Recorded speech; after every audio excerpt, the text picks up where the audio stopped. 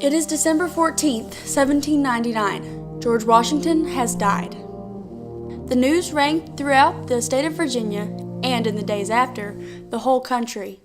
Founders would mourn the death of the nation's greatest hero for weeks and years, and the young nation would find itself lost without the guidance of not only their military leader, but their first president. Meanwhile, within the Washington household, Martha would find herself widowed for the second time in her life. Washington's step-grandchildren would be mourning the man who raised each of them as his own, and over 50,000 acres of land would now be left without its planter. While everyone throughout America was in disarray, it seemed as though Washington was finally at peace. The general's will had been written in the months prior, and he felt upon his deathbed that all matters concerning his estate were indeed settled.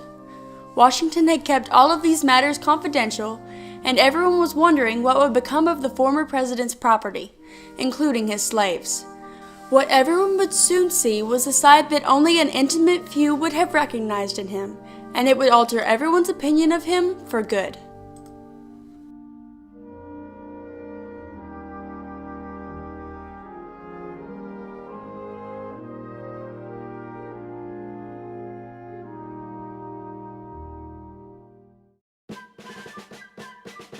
George Washington was born on the 22nd of February in 1732.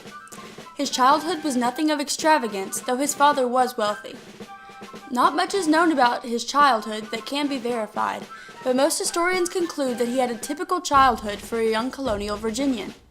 Augustine Washington, his father, had a vast estate with several slaves and plenty of land. At age 11, his father died unexpectedly, leaving George and his 9 siblings without a father.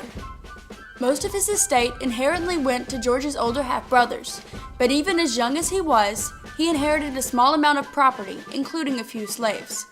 Mount Vernon notes that George Washington was given 10 enslaved persons and about 280 acres of land.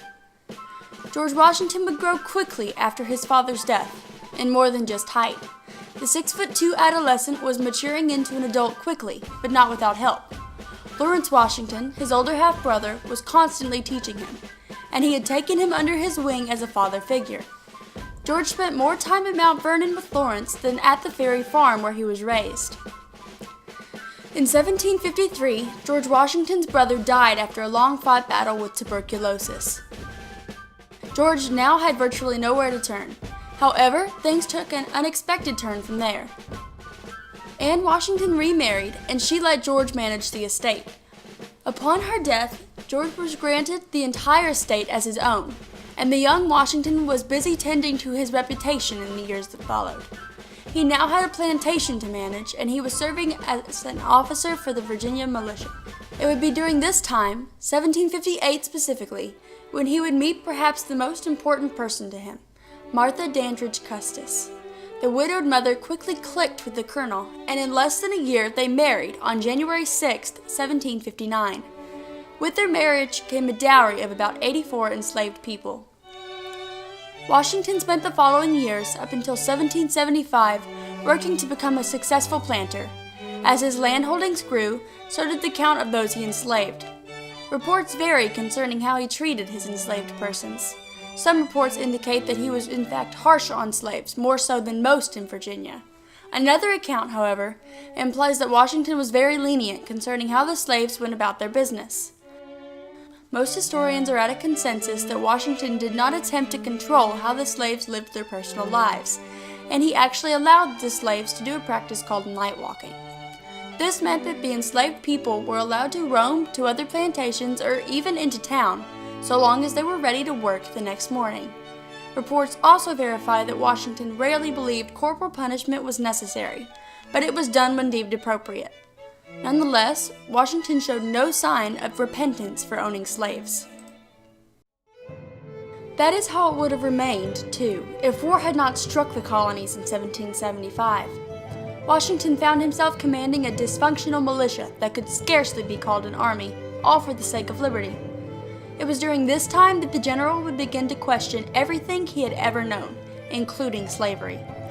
At the start of the war, he found himself protesting the recruitment of black individuals for fear that they could lead a slave rebellion after the war was over. After the British declared that any slave who joined their forces would be set free, however, Washington would find himself readily accepting any man who joined his forces.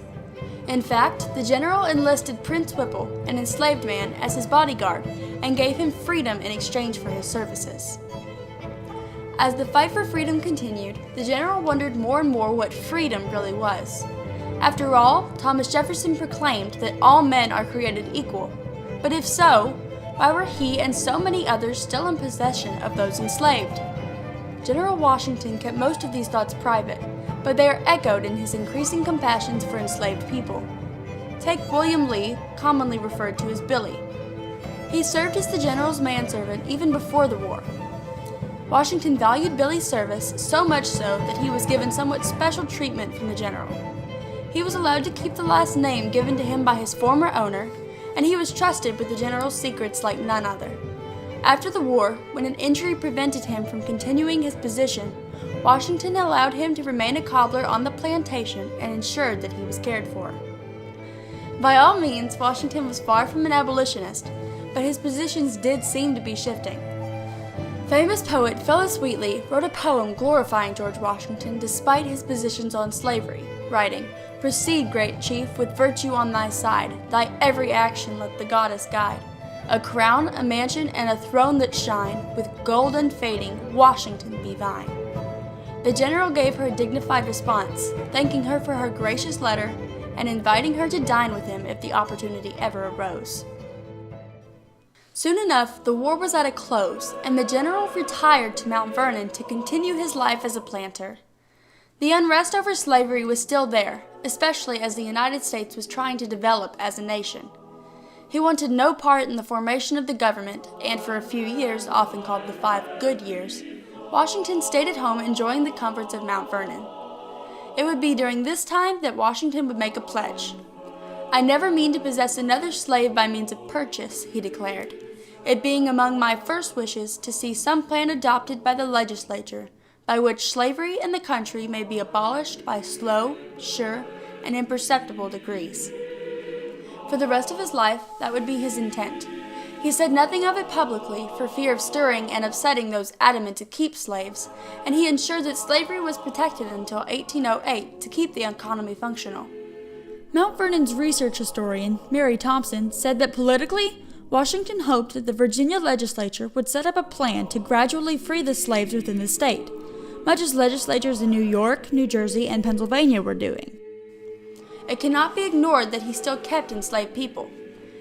These slaves were given the same respect they had been in Virginia, and most of them were treated fairly well for slaves. His term would come to an end, and in 1797 Washington returned home.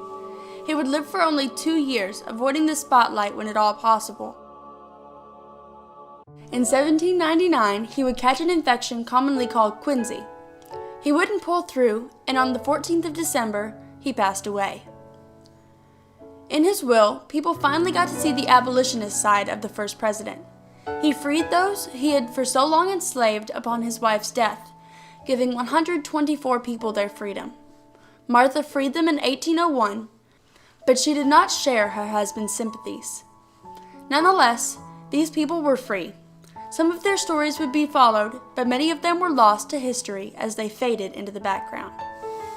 Though without a doubt George Washington's death was a tragedy, it was most certainly a triumph for the enslaved people who served him. Overall, the tragic enslavement of those by George Washington was resolved with his triumphant end to slavery in his own life. Though sadly, the nation would not follow suit with emancipation for another 65 years.